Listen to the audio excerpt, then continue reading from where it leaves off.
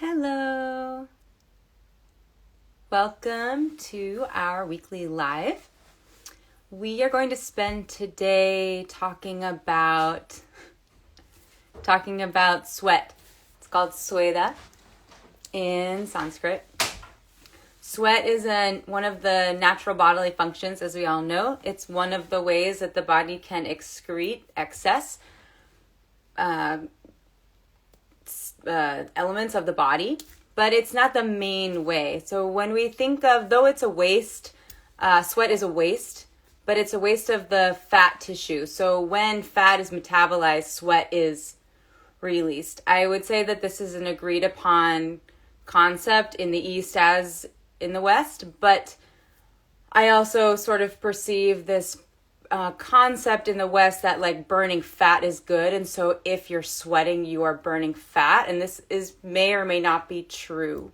It also may or may not be necessary. So the quality of your sweat will indicate whether what you're burning is something you want to be burning. When we are sweating, if we're actually burning or creating a byproduct from the metabolism, the Agni of the medas dhatu, the fat tissue, then there should be just clean sweat. It should come easily. It shouldn't be super excessive. There should be no smell. There should be no staining of the clothing, this kind of thing. This would be like healthy sweat. It can start and it can stop clearly.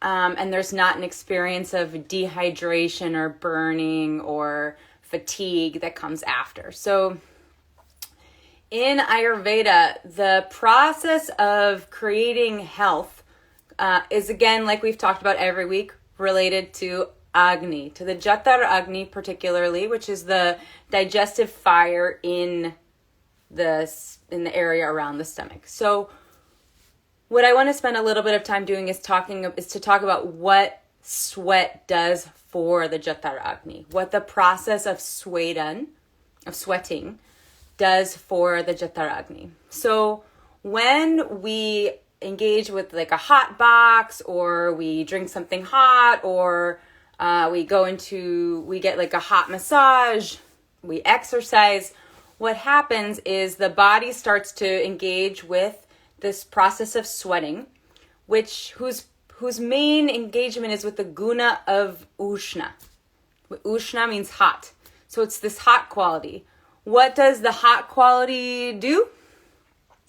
The hot quality creates space. So what does Ushna Guna do? It dilates things. It makes things bigger. It also takes the mukas, the coverings on the shrotasis, on the channels of the body, and makes sure they're open. This is another process of dilatation. So this is what it's doing. So this protects your Agni, because it makes sure that anything that's moving toward the koshta, toward the center of the body, that is getting liquefied because of Ushna Guna, because Ushna Guna does this also. It melts things and makes things flow. This is why you're sweating, right? So in general, we want mala, we want waste to move to the koshta, to the center channel of the body, to be excreted. The abhyantara marga is what it's called. So we want this waste to move to the center of the body and then be excreted through urine or feces. This is the ideal way of detoxing.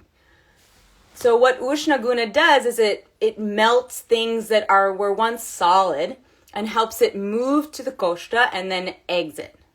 This does that by creating an opening in the shrotasis, by removing any lape, any covering that's on the shrotomukas that makes kind of an experience of blockage.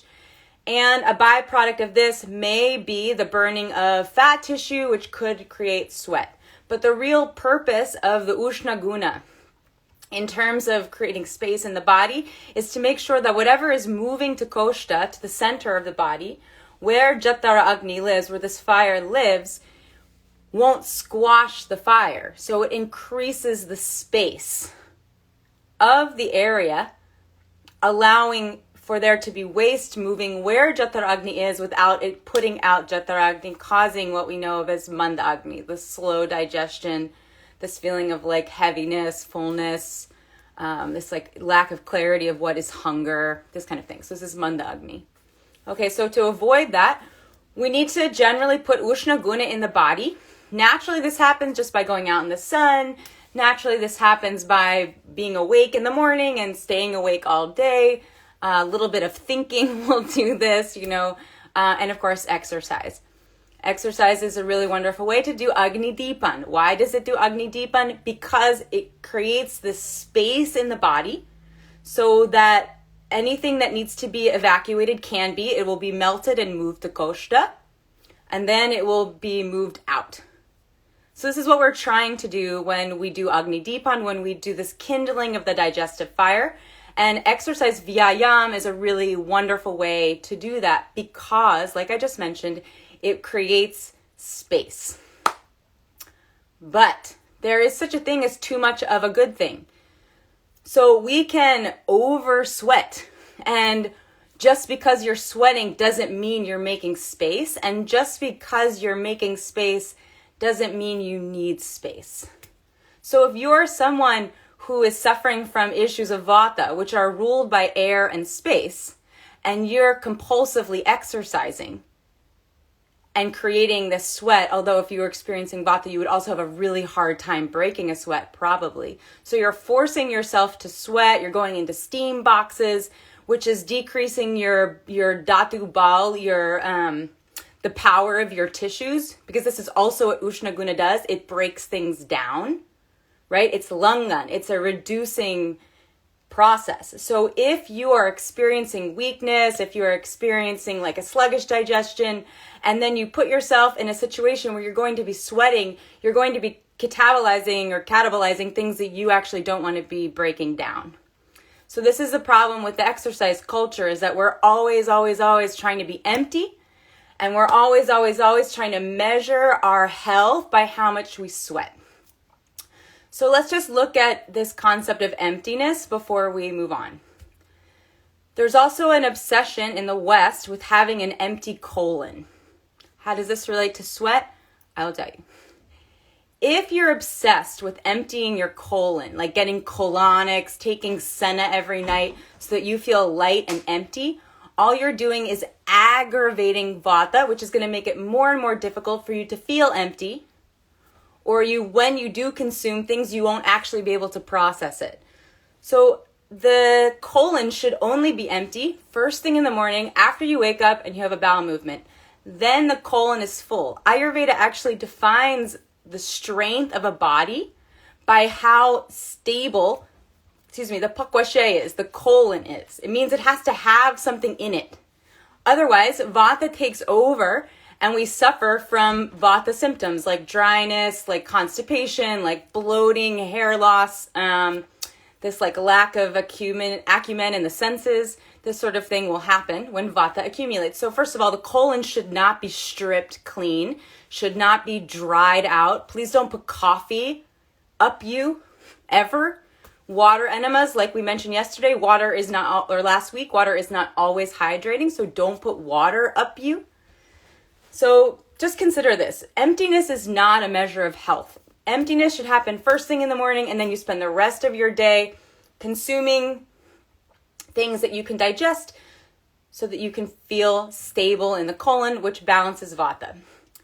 If we continuously exercise and continuously attempt what we are calling Agni Dipan through Vyayam, if you are able to sweat, it likely means you don't need to sweat that much.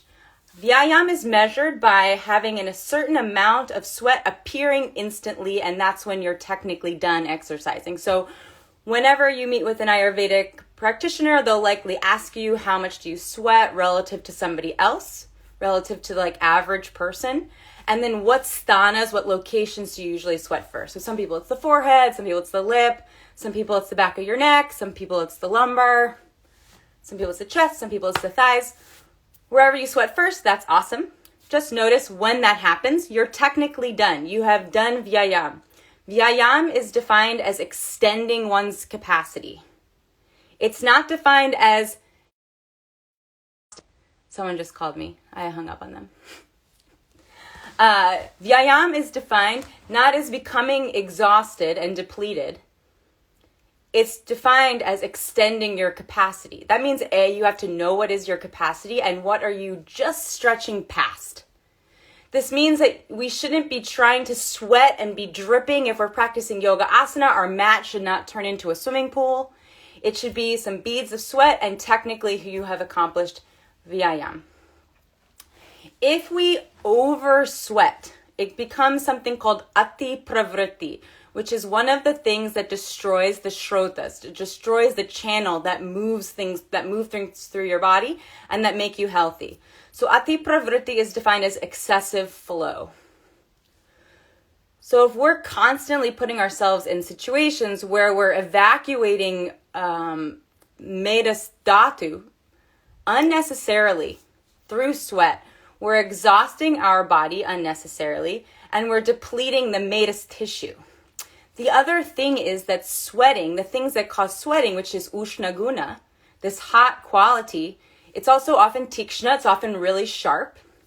And these two gunas aggravate rakta dhatu. Rakta dhatu is like your blood tissue. It's super sensitive. And it has a very, very fine balance of lavana ras, which we talked about 2 weeks ago, salty taste, and amla ras, the sour taste. So a healthy rakta dhatu exists when there is equal lavan to amla. It creates madhura ras, which creates like a sweet taste. That's how healthy rakta is defined. Healthy blood tissue is defined. If we over sweat, we end up changing our pH balance, and the relationship of lavan, of salt, and amla changes. It vitiates this tissue and makes it poorly formed. This causes muscle wasting. This causes skin discoloration issues. This causes rashes. This causes burning. So the obsession with constantly sweating is an excellent, excellent way to vitiate rakta dhatu, medas dhatu, so the blood tissue and the fat tissue, and this also vitiates the mamsa dhatu, the muscle tissue. So one of the examples, and we're reading this from the Madhav Nidan, which is kind of a collection of the Bruhat Trayi and some other commentary. So this is a discussion on a disease condition called Pandu Rog. Pandu Rog is sort of wrongly translated as anemia. It's not really anemia. It's a vitiation of the varna, of the skin coloring. It can turn it pandu, kind of like bloodless color looking. It can become super red. This is if pitta is involved. And it can become kind of dark and gray. And if this is if vata is involved. So this is what happens. This is how you get Pandu Rog. One who regularly indulges in strenuous exercise, habitually takes sour and salty foods, alcohol, consumes soil, so like you eat food that you didn't wash, fast food, so food that's really complicated, which is usually quite salty, and sleeps during the day hours, will have one's blood, the rakta dhatu, vitiated by the doshas, vata, pitta, and or kapha. The situation in turn generates whitish, yellowish, greenish, or darkish discoloration to the skin. This is also, what will also happen is that the muscle tissue will lose definition. It will become kind of watery. So if we engage with too much ushna, because that's really what's happening here, strenuous exercise, sour and salt, amla and lavan, these all contain the quality of ushna guna, the hot guna. It creates this excessive heat in the body that has to be expressed somehow. So it's often expressed through sweat, which then changes the pH balance of the body, causing this imbalance in the rakta to come, causing breakdown of further tissue, causing symptoms that are issues in the skin and in all of the rakta stans. That's like the eyes and the lips and the mouth and the genitals, the soles of the palms. What are these called? The palms of your hands and the soles of your feet. I call them both the soles so many times. So in general, sweating is primarily used for thermoregulation. That's really what we're just using sweat for. Sweat is its own channel, and it's not a way to get rid of all water. So there are shrotas, there are channels in the body that specifically engage with Sveda, which is sweat. This is called the Sveda Vahashrotas. It connects to the medas dhatu, the fat tissue. So it's specifically for this. Then there are the ambu vahashrotas, the shrotas that work with the water in the body. This is not the same as Sveda Vahashrotas. This allows the water of the body to be properly managed. When this is out of proportion, we end up in states of bandhu, we end up in states of prameha, which is similar to diabetes, but it's not exactly diabetes, but it's like this. It's a water issue in the body. So if we're training our body to excessively sweat, it's going to become either really dry, which leads to weakness, or it's going to create some kind of blockage, which is going to make it harder for you to sweat next time. Like I mentioned too before, people who are most likely to sweat are people who have pitta dushti, people who have like a pitta imbalance in their body. These people are already hot. So if they're going to increase this ushna guna in their body and sweat more, it's going to aggravate what's already going on. It's going to mean that the muscles are going to be less likely to become cohesive because ushna guna makes it harder for things to stay together because its whole purpose is to break things apart and turn them to liquid. People who have excess pitta in their body or naturally have a proclivity toward this are pittala, not just as a sidebar. It wouldn't be called like a pitta prakriti. So it's very unlikely you are living in your prakriti. It's very unlikely any of us are living in our prakriti. And also we don't want to define our prakriti by a doṣa, which is a state of imbalance. So instead, Charak, he describes this as, and I believe it's in the Vimanastan, chapter 6, but that would be worth checking. Someone would be pittala. Like have things that are like pitta in their body. So people who are pittala, they're going to maybe want to exercise a lot and sweat a lot, and they'll feel like the sweat is a really great measurement of their work. But really what ends up happening is that it creates excessive ushna guna in the body and it aggravates the pitta that was already there. And you know this because the sweat will smell sour, the sweat will stain, the person will turn red, the person might get rashy, the person might be itchy. So these are all signs of excessive sweat in the body.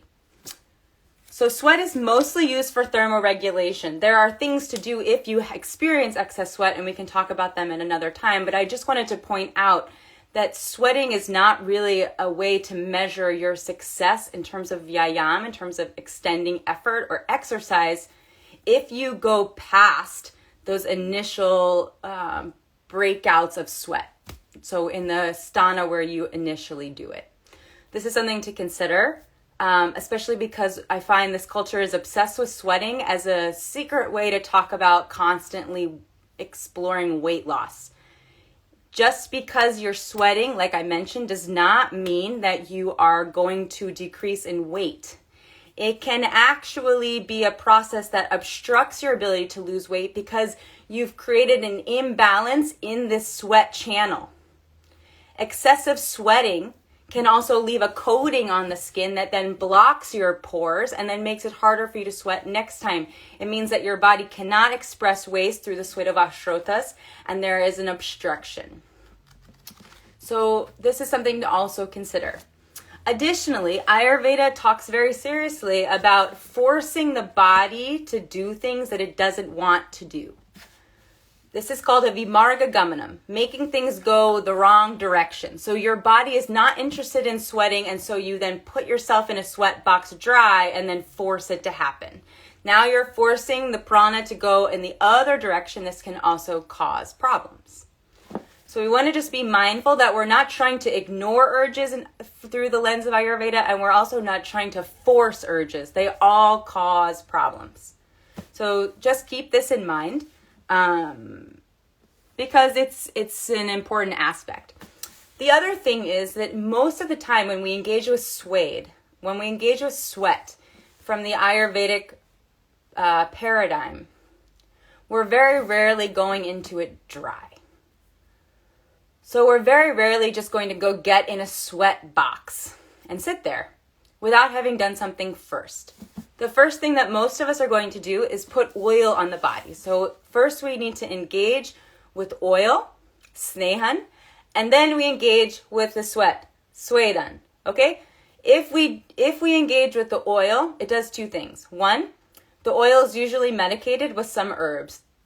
Because sweat creates this dilatation of the channels and of the pores, it makes the body more receptive to what's in the oil. So it's a really, really quick way to deliver medicine or herbs to the body is through the skin in this oil.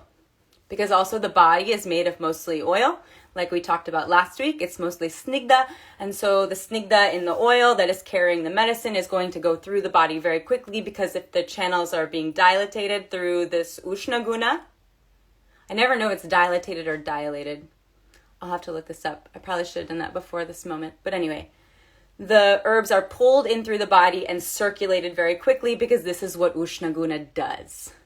So this is one of the reasons why we put oil on our body before we engage with sweat. We're not engaging with sweat to just completely deplete ourselves. It's a process of spreading these herbs throughout the body, or creating space, or protecting Agni, or all of these things.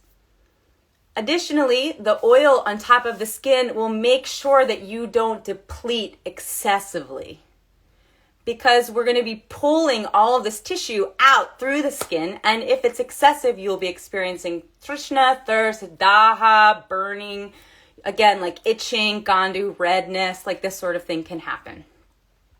Fevers can come like this. So in general, we're not going into a sweat box dry.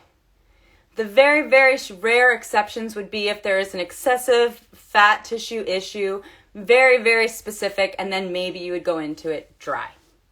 But you also might have a different heat experience, so not all sweating experiences have to come from a sauna, right? You could have a hot massage. You could have a massage with potalis, like little bags of herbs or of leaves or rice or things like this. So we also have to open our minds that there are so many kinds and so many ways to create sweat in the body, and we're not trying to go for excess. The other thing I wanted to mention here is that there is another experience that I'm noticing people having, which is when they're jumping from like an ice box into a hot sauna, and then the hot sauna back into the ice box.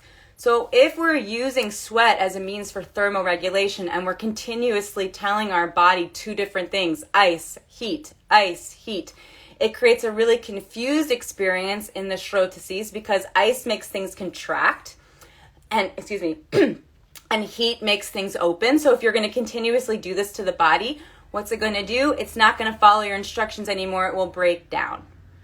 In general, we're really not engaging with ice unless we're trying to do stamban, unless we're trying to just stop flow until we can correct something. This is like if you're bleeding. Otherwise, we're really not trying to do stamban.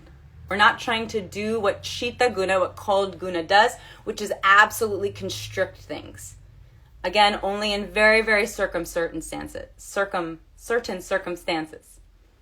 Further, if you're in a sweat box, or you're sitting in a hot tub, or are planning to go to a hot yoga class, and you've consumed food or drink during or just before, Ushna guna, what does it do? It creates opening, it creates quick flow of the channels. So this means that your undigested food, which this goes back to our conversation about ama and kleda that we had these last 2 weeks or 3 weeks, you are now spreading that very, very quickly through your entire body. This is a really excellent way to get a host of diseases. One of them is called jwara, Jwara. It's sometimes defined as fever disorder. It's a lot more complicated than that, but basically it's a vitiation of the Sveda vahashrotas. It's when you're putting ama because of excess heat. So jwara, this fever disorder, is ruled by ushna guna.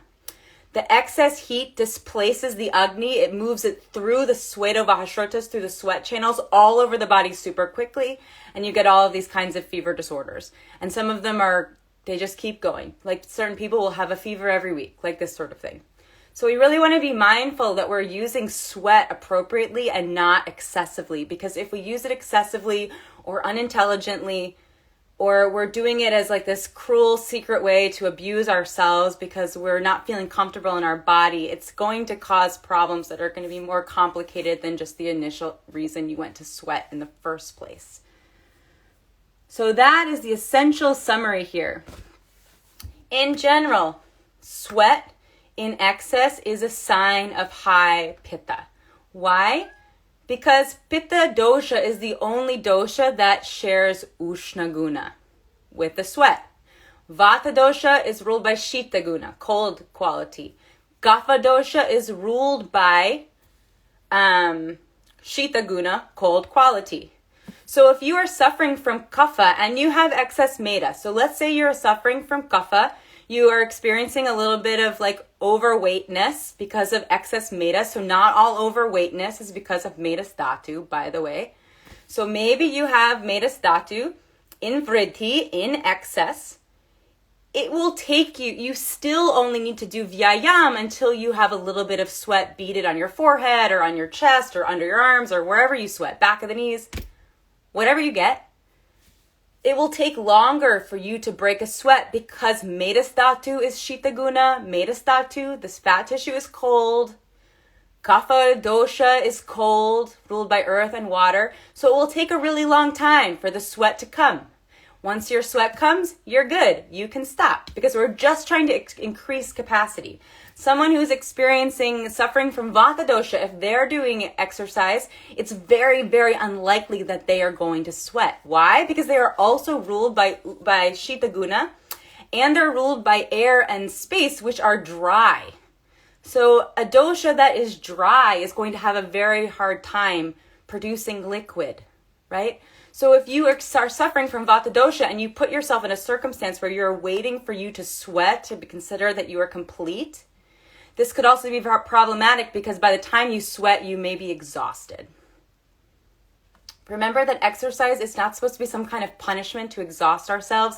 It's supposed to extend capacity and make you feel balanced. Balance means not excessively awake and not excessively tired, right? And I think in America specifically, we tend to only live in these two very far away planes, excessive something or absolute inactivity, which is excessive nothing. So we want to make sure that we know why we're trying to sweat, what we're trying to achieve, and if this is actually the best method. Because sweating, the process of Sveda, moves things through the body really quickly. So if you have put something in your body that you're trying to digest and then you sweat, you are now moving it around, you are definitely going to get chwara.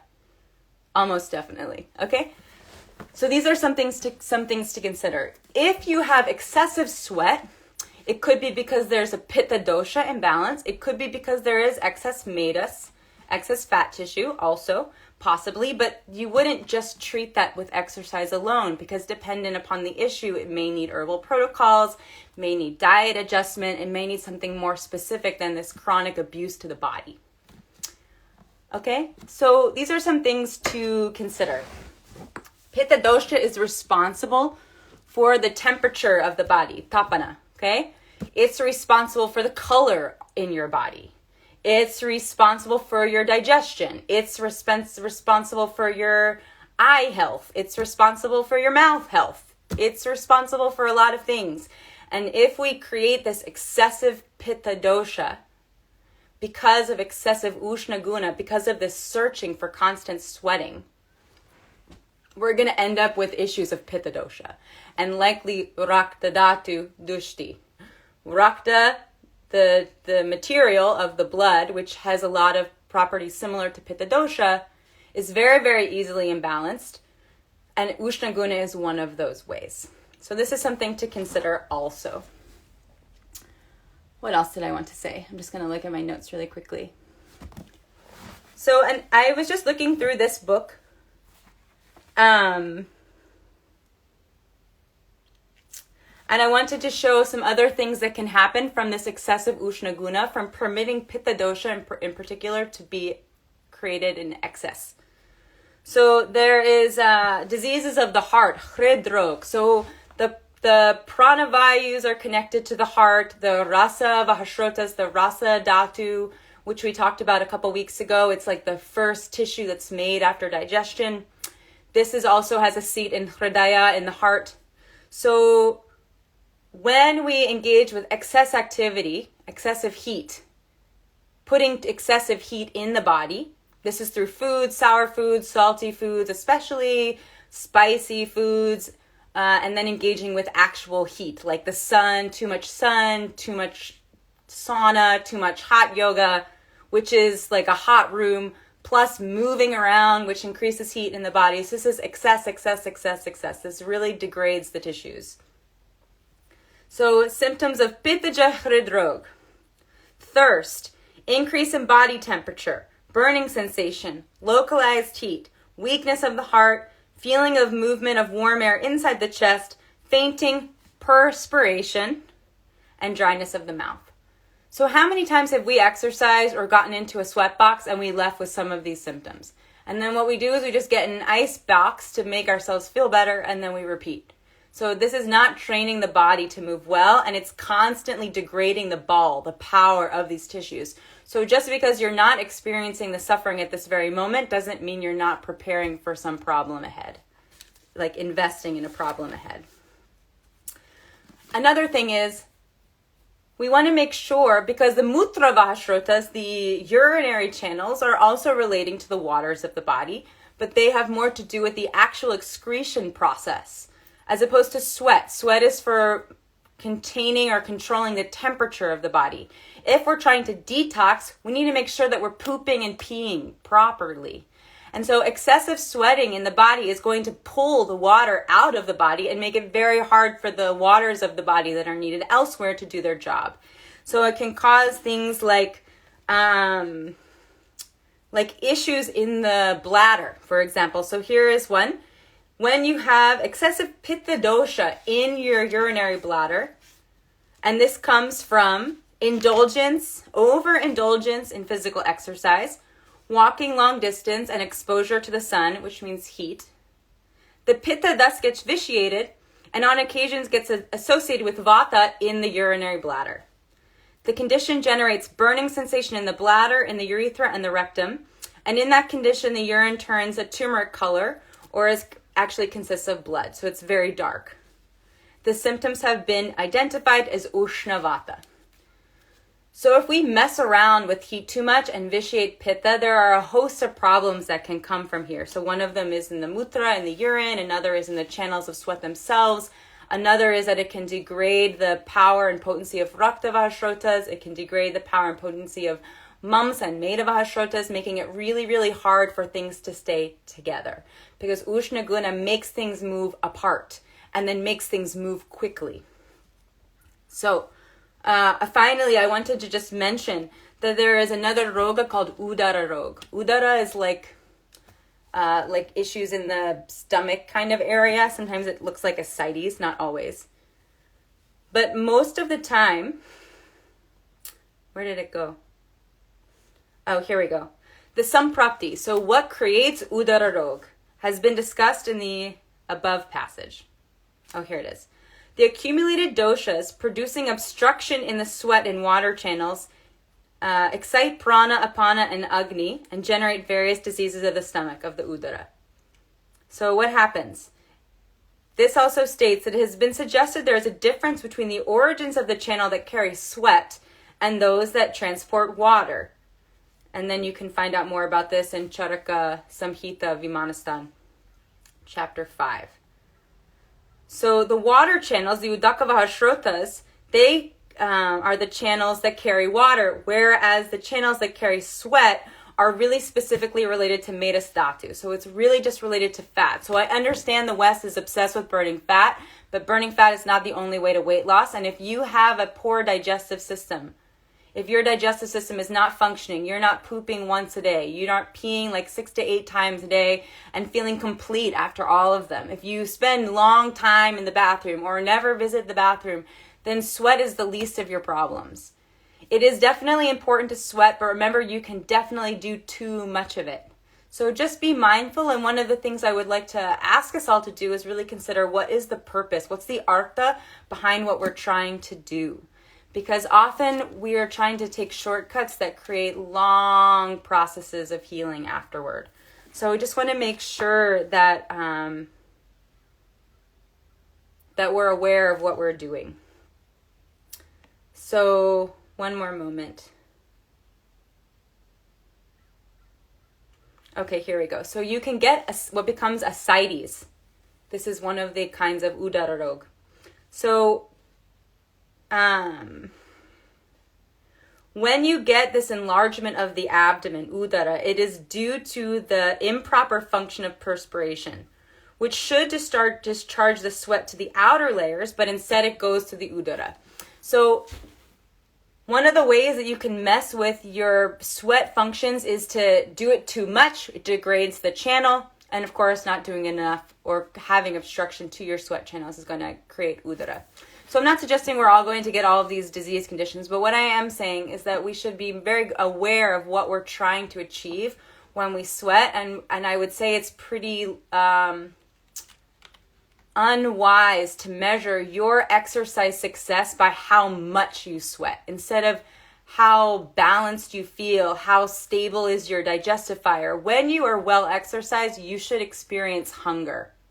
When you are over-exercised, you usually don't experience hunger. You experience thirst and exhaustion. We're not trying to exhaust ourselves in fitness. That would not be fitness.